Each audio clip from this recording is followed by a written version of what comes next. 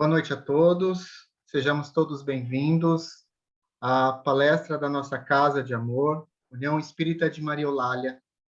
Hoje teremos a nossa presidente, Carmen Lúcia, com o tema A Cura com Jesus. Bem-vinda, Mila, boa palestra. Obrigada, Jackson. Boa noite a todos, Os que estão aqui presencialmente, os que estão online e os nossos irmãos desencarnados também, Que vêm com certeza aqui assistir a nossa palestra e participar um pouco da nossa reflexão de hoje. Então, hoje nós vamos falar um pouco sobre as curas com Jesus, Os milagres que Jesus fez, que foram aproximadamente 30, e a gente vai perguntar, será que essas pessoas realmente se curaram? Porque a gente tem informação que algumas pessoas, depois de um certo tempo, voltaram com a doença, voltaram à cegueira, e a gente vai também, talvez, entender um pouco mais. Então, a gente vai perguntar, o que é a doença para nós? Quem que é o doente? E o que é a cura? O que é a cura da doença, Então, Jesus, quando as pessoas se aproximavam dele, em busca da cura, Jesus nunca falou assim, eu te curei, O que Jesus dizia? Ele falava, a tua fé te salvou. Então, sempre que aproximava, a tua fé te curou, vá e não peques mais, Então, essa palavra salvou, ela tem várias explicações. Então, por exemplo, se a pessoa estava no barco, caiu na água, começou a afogar, o que é salvar essa pessoa?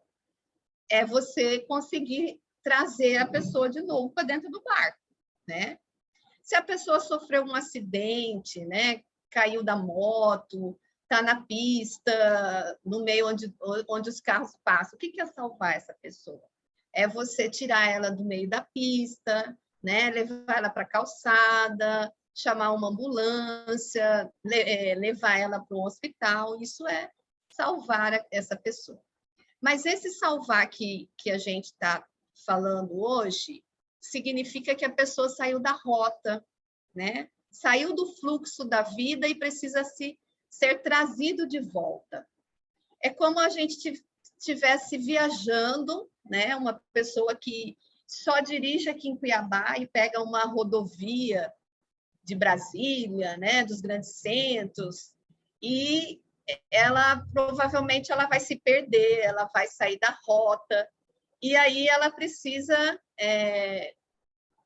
retornar, Então, é mais ou menos isso que a gente vai falar hoje, O que é sair da rota? Então, um dos milagres de Jesus, quando ele curou um paralítico, esse paralítico veio de muito longe para encontrar Jesus, e imagina na época, Não tinha carroça, não tinha nenhum meio de transporte, quase, era muito difícil, as pessoas viajavam andando mesmo. Então, esse paralítico teve muita dificuldade. Aí, quando chegou Jesus, a casa estava lotada, Não cabia, o paralítico não conseguia entrar pela porta. Aí, o que fizeram? Nós vamos ter que dar um jeito, E aí, desceram o paralítico pelo teto da casa. E aí, quando Jesus o viu, só falou assim, levanta-te e anda. Mas antes dele falar essa frase, ele falou, os teus pecados estão perdoados. Então, o que Jesus quis dizer sobre pecado, Então, pecado tem significado de errar o alvo. E alvo é o cumprimento da lei divina. Então, errar o alvo é descumprir a lei em algum ponto. Por teimosia, por rebeldia, por ignorância ou simplesmente por maldade, Então, o que é perder o alvo? Perder é perder a referência da lei divina, que está na nossa consciência, a lei divina. Quando uma alma perde contato com o seu interior, deixa de ouvir a voz da consciência e se separa daquilo que a consciência aponta para ela como caminho. Logo, adoecer é perder um alvo. Então, quando a gente sai do trilho, quando a gente sai do alvo, quando a gente sai do roteiro, a gente adoece. O universo permanece em ordem, permanece em equilíbrio, e Deus continua muito calmo, mesmo quando a gente erra. É a mesma coisa, a rodovia não vai modificar, nós é que saímos da rota do alvo. Então, assim, quando a gente está fazendo essa viagem aí, pega essa rodovia e pega a rua errada, né, e erra todo o caminho, não é a rodovia que vai se adaptar e mudar para que a gente entre na rota. Então, Deus está tranquilo, está calmo, ele só aguarda a gente retornar, nos esforçar para que a gente volte para o eixo, volte para a rota, acerte o alvo. Jesus, ele não visava curar o corpo, ele visava curar a alma. Ser alvo é voltar a entrar em contato com a sua consciência, com o seu eu profundo, com Deus que está em todos os lugares, inclusive dentro de nós. Então, a gente precisa estar sempre refletindo, e espero que depois dessa palestra a gente pare um pouco para pensar e perceber quando que a gente está sendo cego. Onde que está a nossa cegueira para essa vida nossa encarnada, né? Será que a nossa cegueira está na área dos relacionamentos familiares? A gente está sendo cego para essas relações familiares? Ou a nossa cegueira está na área do poder? Ou a nossa cegueira está na área da autoridade, né? De querer ter autoridade. Ou na área da posse, né? Dos bens materiais. É meu e ninguém pode tomar. Será que a gente está sendo cego nessa área? Ou na área da beleza física, né? A gente está sendo cego, cuidando só da beleza física? Então, tem muitas áreas que a gente precisa analisar a nossa doença, a nossa cegueira, né? Que a gente está precisando abrir os nossos olhos e enxergar adiante. E todo doente quer ser curado? Será? Né? Então, vou contar uma historinha aqui. Um caminhoneiro estava a viajar e parou, né, o caminhão no posto de gasolina para abastecer. Aí ele desceu do caminhão e tinha um cachorro que uivava lá no posto, né? Uivava. Ele achou meio estranho, abasteceu o caminhão, entrou na lanchonete, lanchou e saiu. Quando ele saiu, estava o cachorro uivando lá. Aí ele falou assim, ficou, né, encucado, perguntou para o servidor do posto lá, mas por que esse cachorro tanto uiva aí, né, chorando? Aí o rapaz falou assim, é porque ele está deitado no prego. Aí ele falou assim, mas deitado no prego? Por que o cachorro não levanta desse prego? Aí o cara respondeu, porque ainda não está doendo o suficiente para ele se levantar. Bem assim.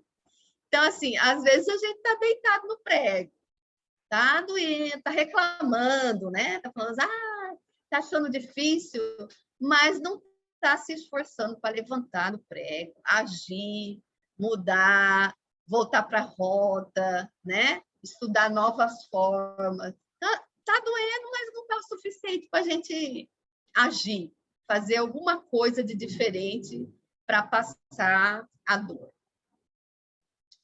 Jesus também, nas suas curas, ele fazia a seguinte pergunta: o que queres que eu faça? Interessante essa pergunta de Jesus, né? Para fazer a pessoa refletir. Então, o cego respondia, eu quero enxergar, né? O paralítico respondia, eu quero andar. E para nós, o que a gente quer que Jesus faça? Porque, às vezes, ele precisa ouvir também o nosso desejo. Às vezes, nós estamos doentes, paralisados, em cima do prego, né? E nós nem queremos, nós não sabemos o que a gente deseja. A gente precisa perceber o que a gente deseja.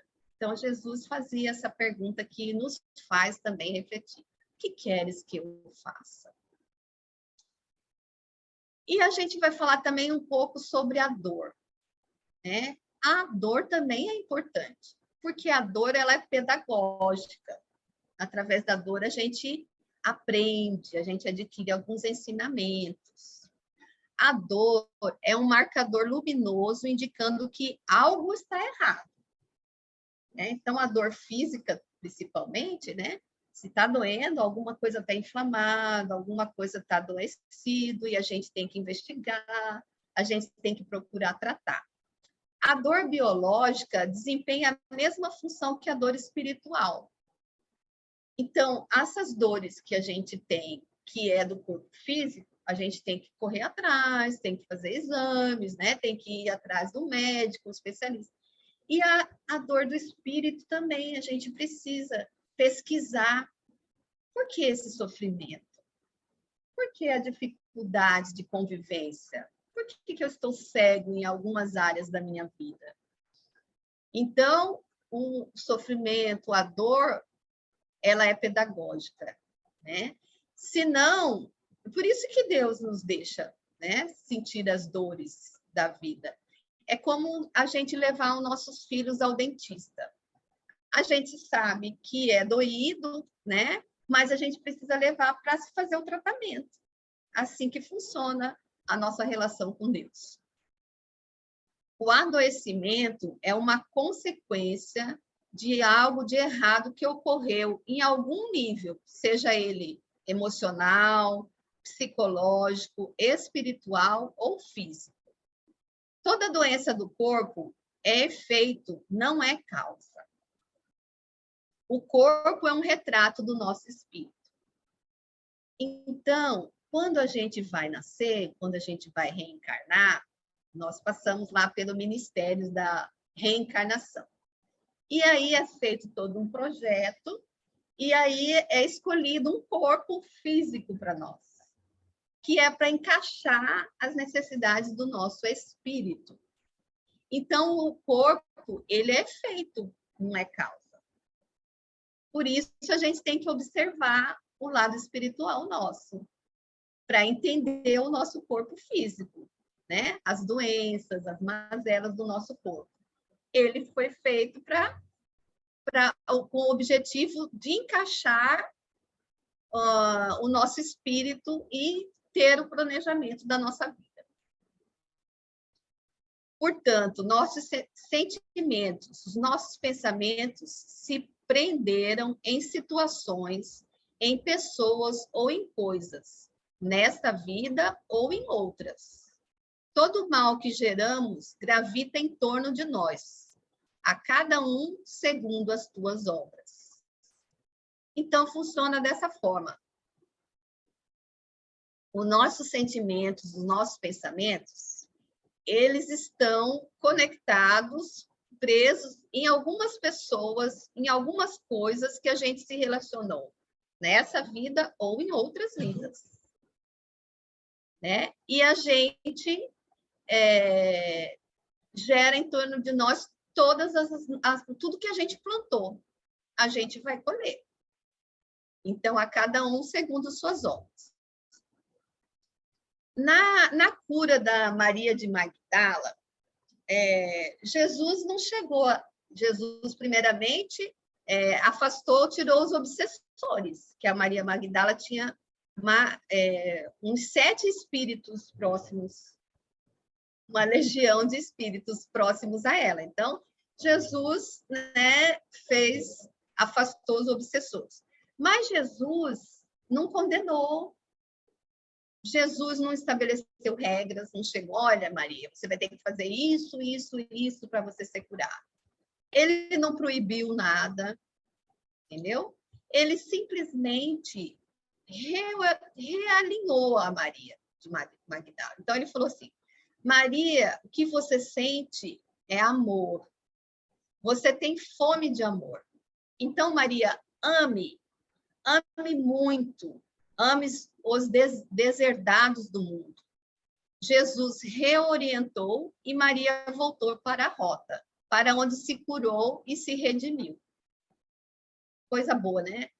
Uma delícia de encontrar com Jesus e ele poder ver a nossa essência, né? Ele percebeu que o desvio de rota de Maria de Magdala era porque ela queria o amor.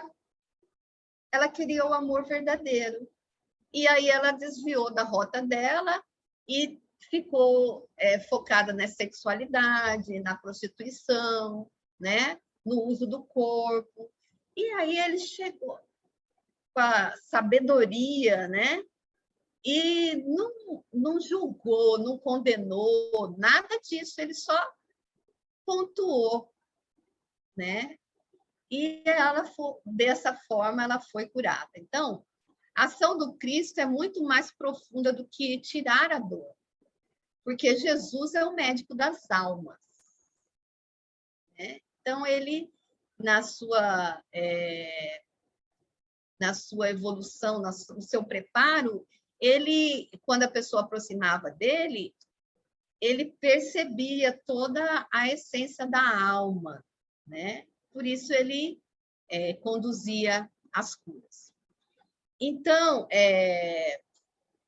em Mateus, capítulo 9 a 12, que tem o título Não são os que gozam de saúde, que precisam de médico, Jesus trouxe algumas dicas de cura terapêuticas. Então, na convulsão da ira, o que Jesus falava? Na paciência, possuirás a ti mesmo. Quando, aos acessos de revolta, Jesus deixou no Evangelho: humilha-te e serás exaltado. Na paranoia da vaidade, Jesus deixou: não entrarás no reino do céu sem a simplicidade de uma criança.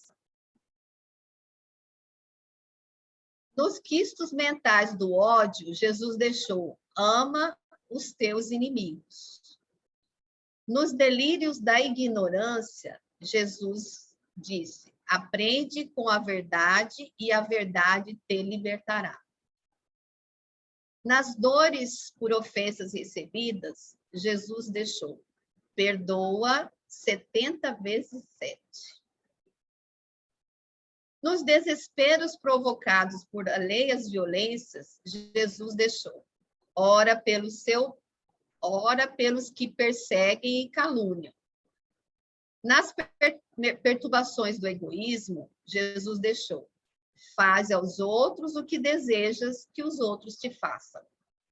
Então, no Evangelho, né, na vinda de Jesus, ele trouxe todas as orientações dessas nossas doenças, né, dessas fragilidades ainda. O que a gente deve fazer. Por isso que ele é nosso modelo e guia. Então, na psicografia de Emmanuel, psicografado pelo Francisco Cândido Xavier, eu trouxe um trecho aqui. Sim, somos espíritos enfermos, com fichas especificadas nos gabinetes de tratamento, instalados nas esferas superiores, dos quais instrutores e benfeitores da vida maior nos acompanham e analisam ações e reações. Mas é preciso considerar que o facultativo, mesmo sendo nosso Senhor Jesus Cristo, não pode salvar o doente e nem auxiliá-lo de todo, se o doente persistir em fugir do remédio. Olha que interessante. Então, nas esferas superiores, eles têm a nossa ficha especificada. Então, cada um de nós tem uma ficha de acompanhamento, onde os espíritos instrutores e benfeitores nos acompanham. Então, a Carmen Lúcia nasceu, ela se programou para realizar isso. Carmen Lúcia saiu da rota, né? Se perdeu na estrada, se perdeu lá na BR, e ela precisa retornar. Aí vem o instrutor, vem o benfeitor, e vai ajudando a Carmen Lúcia. Então, graças a Deus, a gente tem, né, essa ficha para que nas esferas superiores eles possam nos acompanhar e nos auxiliar. Então, nós somos responsáveis por nossa evolução. Porém, se não tivéssemos a proteção divina, não iríamos conseguir subir nem um degrau. Porque sozinho a gente não consegue. Então, graças a Deus, tenha lá tudo organizado, né, o nosso fichário, para eles estarem nos acompanhando, né, nos orientando, para que a gente possa voltar para a rota. E por que não tem só benfeitor? Tem instrutores também. Porque a maior causa das enfermidades é a ignorância. Que ignorância que nós estamos falando? Nós estamos falando da ignorância do espírito, no sentido de não conseguir, não conhecer a verdade e nem querer conhecer. Então, tem irmão que nem não busca, não quer saber de conhecer a verdade, né? Não tem ainda a humildade, a simplicidade de buscar a verdade, de entender as coisas. Então, essa ignorância, os instrutores precisam ter a paciência, dar a medicação homeopática devagarinho, trazendo os conhecimentos para a gente, trazendo a sabedoria para que a gente se liberte. Então, Jesus ensina servindo e corrige amando. É servindo e amando que nós vamos auxiliar os acidentados da alma. Aí a gente fala, mas a gente não pode comparar Jesus, né, de ajudar os acidentados. Mas nós não somos trabalhadores da última hora. Todos nós, por mais imperfeições que a gente tenha, nós podemos ajudar alguém, de alguma forma. Entendeu? Que todos nós somos, nós temos condições de auxiliar. Nós que já buscamos conhecimentos, já temos a doutrina, já procuramos estudar e entender, de alguma forma, a gente já está preparado para auxiliar o acidentado. E como que nós vamos auxiliar o acidentado? Servindo e amando, sem pré-julgamento, sem querer modificar a pessoa do jeito que a gente quer, que a gente acha, falar, fulano tem que ser desse jeito. Igual Jesus chegou a Maria de Magdala, ele não julgou, ele não puniu, ele não trouxe regras, ele acolheu, né? E é dessa forma que a gente vai auxiliar. Então, sempre ao nosso redor, a nossa convivência, existem irmãos que estão acidentados e que a gente pode auxiliar de alguma forma, de forma amorosa. Nunca houve tanto sofrimento emocional como no momento atual.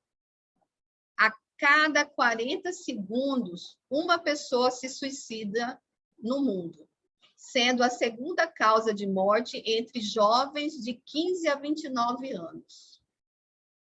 Então, o suicídio está aí, a cada ano que passa, aumentando os números e pegando cada vez mais jovens, crianças ainda. As pessoas estão no auge do sofrimento interior. Se a gente perguntar aqui, cada um de nós conhece pelo menos de 4 a 5 pessoas que está tomando remédio antidepressivo para dormir, para acalmar, para tirar a ansiedade. Se a gente parar aqui para pensar. Cada um de nós conhece pelo menos umas 4 a 5 pessoas que estão nessa condição, buscando medicamento, né, para se acalmar. As pessoas não conseguem mais se relacionar. Nós vivemos em um mundo altamente conectado. O mundo ficou pequeno, mas as mentes também ficaram pequenas. As pessoas se fecham no horizonte e não conseguem enxergar, ficam cegos. Então, assim, um exemplo, né, de que as pessoas estão vivendo só no seu mundo, né, sem perceber o outro, sem notar que o outro está precisando de auxílio. Houve um caso de um homem morrer no metrô, né? Ele estava sentado e ele desencarnou sentado ali, e aí o metrô voltou umas 3 vezes, até que ele chegou no ponto final, e aí os funcionários, né, começaram a dizer para aquele homem descer do metrô. E ele não respondia nada, aí que descobriram que ele estava desencarnado, que ele tinha morrido. Quer dizer, todas as pessoas que passaram ali, nas várias viagens que foram feitas, não perceberam que ele tinha desencarnado. De tanto que as pessoas estão fechadas para o relacionamento, a percepção, o auxílio, notar se a pessoa não está bem, né? Conversar com a pessoa, perguntar se ela está precisando de alguma coisa. Então, nós precisamos ampliar a nossa visão, né? Abrir os horizontes. Afinal de contas, nós somos espíritos imortais. E essa informação nos traz muito conhecimento, muito aprendizado, né? Nós somos imortais. E existem também outras informações e consequências. Sabe aquela pessoa que você não gosta, que você tem dificuldade de conviver, que você não gosta nem de aproximar, que você se sente mal? Ela também não vai morrer. O espírito dela também é eterno. Né? E a probabilidade de você encontrar com ela, com essa pessoa que você não gosta, é muito grande. Então, essa realidade que somos espíritos imortais é para que a gente possa perceber que nós não estamos no lugar, na cidade, na família, no emprego errado. Ninguém caiu de paraquedas, porque a gente atrai, tudo que acontece é que a gente atrai a energia, tá? Mas a gente também pode ficar tranquilo, porque todo sofrimento tem data certa para acabar. Não vai ser eterno. O sofrimento vai passar, né? Uma hora passa, tudo passa. Então, a gente precisa exercitar a paciência. Então, é dever nosso buscar todos os meios lícitos para a cura física, mas, antes de tudo, buscar a reorientação dos nossos espíritos, identificando em nós onde está o cego, o leproso. Então, não é que nós vamos falar que não pode tomar remédio, né? Não pode buscar um tratamento médico, tem que ficar só cuidando do espírito. Não. Tudo que for lícito de tratamento que a gente deve utilizar, a gente deve utilizar. Mas a gente não pode esquecer dos cuidados, dos tratamentos da alma, do espírito.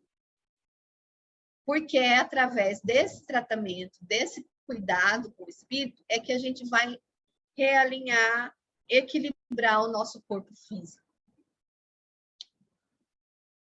Então, nós somos do mundo espiritual. Estamos encarnados agora, na Terra, mas somos do universo.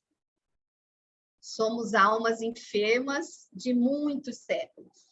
Nós não somos espírito novinho, não.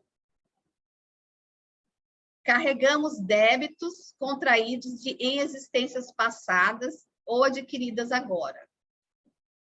Então, essa consciência, né, de que nós somos almas enfermas. Umas estão mais graves, né? Já estão na UTI, né? A situação está gravíssima. Outras estão na enfermaria, outras estão com doenças menores. Mas todos nós somos almas enfermas. Por quê? Carregamos débitos, né? Contraímos débitos. Então, a gente precisa cuidar, buscar a nossa cura espiritual. A nossa jornada pode estar sendo árdua, dolorosa, mas a cada passo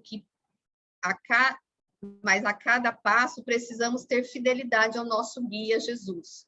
Dessa forma, poderemos vivenciar o nosso processo de cura. Então, a gente já tem a ferramenta, já tem um médico. Um médico é excelente, né? Um médico é tudo de bom, que é Jesus. A medicação também é boa, mas Jesus não tem como curar a gente se a gente não se esforçar, se a gente não tomar a medicação, né? Com frequência, na hora certa. Então, cada um de nós tem que estar sempre buscando a nossa cura através do nosso esforço, através da nossa reforma íntima, nos perceber, né? Aonde que estão as nossas fraquezas, as nossas dores? Em que área da nossa vida que está doendo, que está doente, né? O que eu vou trazer? Vou buscar no Evangelho, vou buscar o nosso guia, a medicação, para que a gente possa retornar, né, no plano espiritual, quando a gente sair da nossa encarnação, voltar lá e perceber que nosso fichário lá está com notas boas, né? E que a gente pode contribuir aí, ajudar os nossos benfeitores amigos, né? Nossos instrutores. Então, é isso que a gente quis trazer na noite de hoje, para que cada um possa levar essa reflexão para casa e tá buscando, né, perceber que as dores da alma ainda estão difíceis, mas que elas passam, né? Tudo passa, a gente vai vencer. Até porque nós estamos na Terra, porque é um hospital, né? A gente precisa, é uma escola, né? Que a gente está precisando ainda aprender. Então, vamos usar as nossas dores de forma pedagógica, para estarmos sempre aprendendo. Então, vamos fazer a nossa prece final, vamos fechar os nossos olhos, agradecer os momentos que pudemos estar aqui, nesta casa de amor, junto aos mentores amigos, em nossos lares também, onde os mentores puderam visitar, fazendo as limpezas necessárias, equilibrando a energia de cada um de nós, para que a gente possa retornar aos nossos lares